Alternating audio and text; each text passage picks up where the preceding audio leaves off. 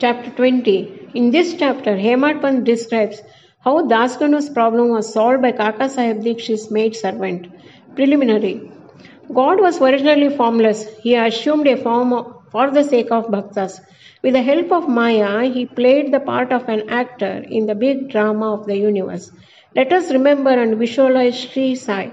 Let us go to Shirdi and see carefully the program after the noon Aarti. After the Aarti ceremony was over, Sai used to come out of the masjid and standing on its edge distributed udhi to the devotees with very kind, gracious and loving looks. The bhaktas also got up with equal fervor, clasped his feet and had the bliss of udhi. Baba passed handfuls of udhi into the palms of the devotees and marked their foreheads with udhi with his own hands. The love he bore for them in his heart was boundless. Then he addressed the bhaktas, "O wow, go home and to take your lunch. You Anna, go to your lodgings. You Bapu, enjoy your meal." In this way, he accosted each and every devotee and sent them home. Even now, you can have the pleasure of these sights if you bring into play your imagination. Now, bringing Sai in our mental vision, let us meditate on him from his feet upwards to his face, prostrating before him humbly, lovingly, and reverentially. Isha Upanishad. Dasganu once started to write Marathi commentary on the Isha Upanishad. Let us first give a brief idea of this Upanishad before proceeding further. It is called Mantropanishad.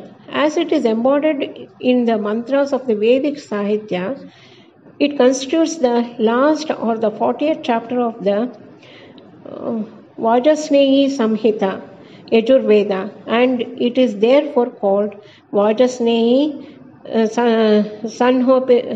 Sanhitopanishad.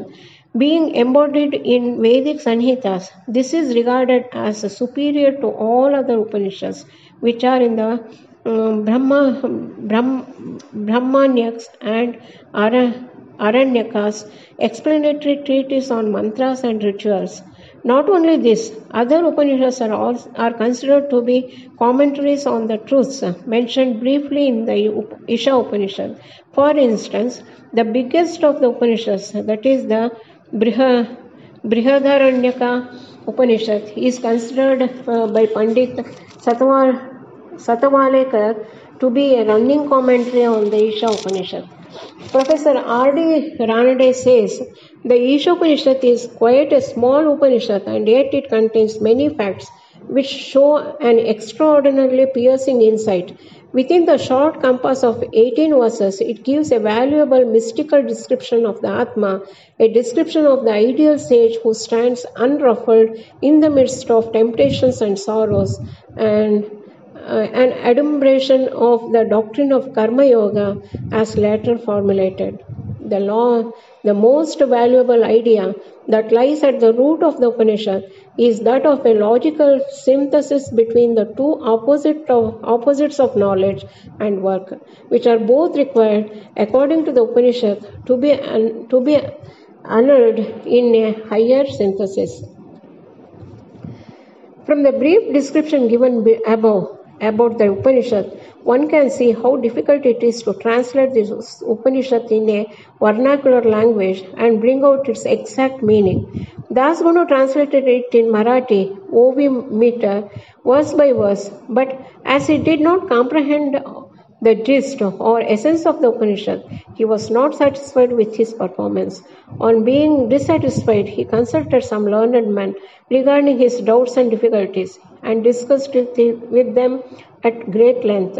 They did not solve them, nor did they give him any rational or satisfactory explanation. So Dasgunu was a little restless over this matter.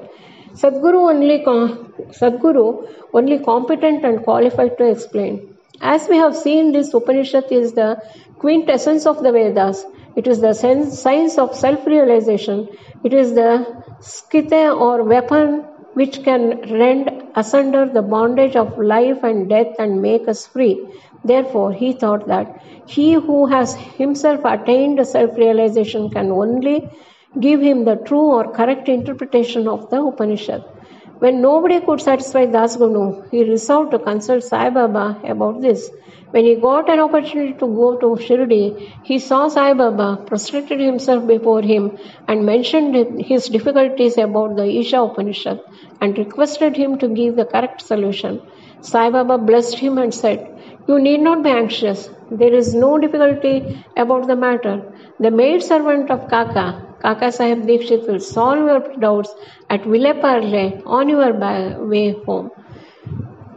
The people who were present there and heard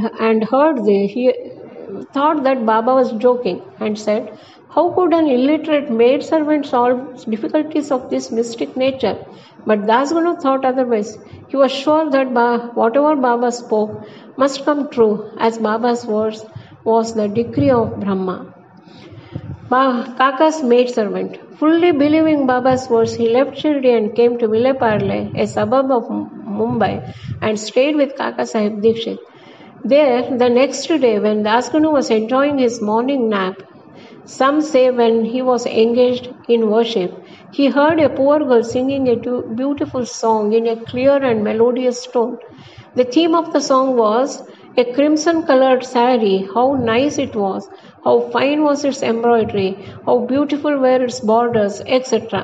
He liked the song so much that he came out and saw that it was being sung by a young girl, the sister of Namya, who was a servant of Kaka Sahib. The girl was cleaning vessels and had only a torn rag on her person.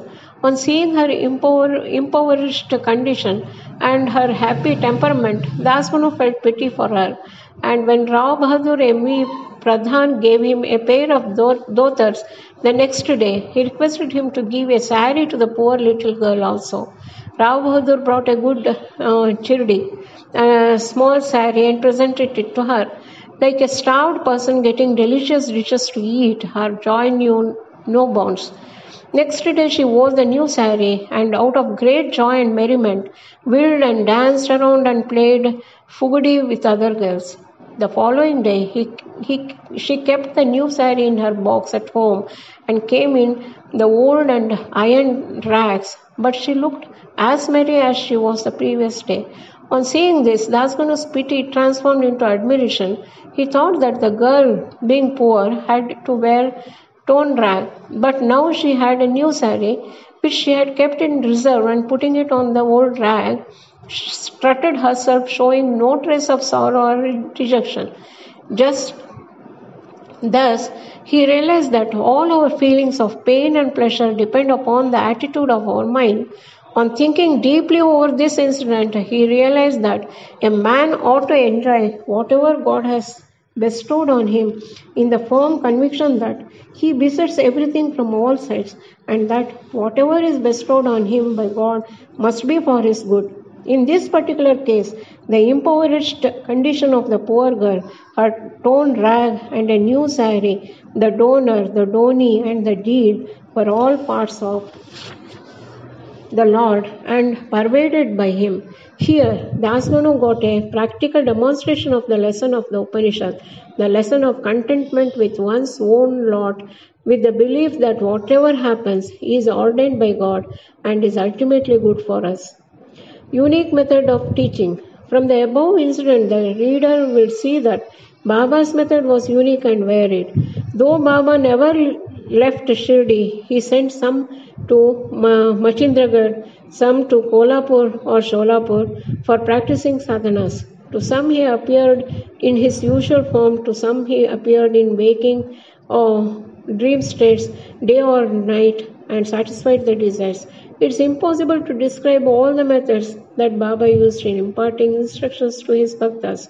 In this particular case, he sent Dasgunu to Vileparle, where he got his problem solved through the maid servant.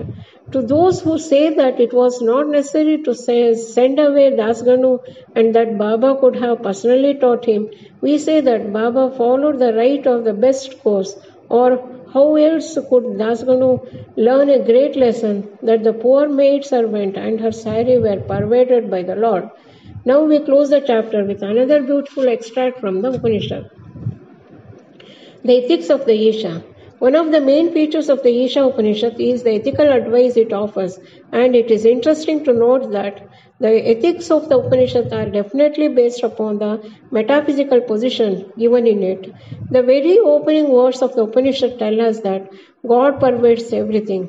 As a corollary, from this metaphysical position, the ethical advice it offers is that a man ought to enjoy whatever God bestows on him in the form of belief that as he pervades everything, whatever is bestowed on him by God must be good. It follows naturally that Upanishad forbids us from coveting another man's property. In fact, we are fittingly taught here a lesson of contentment with one's own lot in the belief that whatever happens is divinely ordained and hence it is good for us.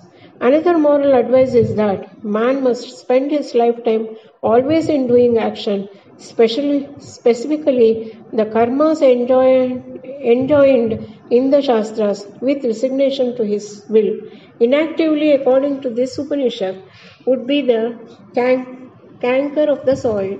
It is only when a man spends his lifetime in doing actions in this manner that he can hope to maintain the ideal of nishkarma.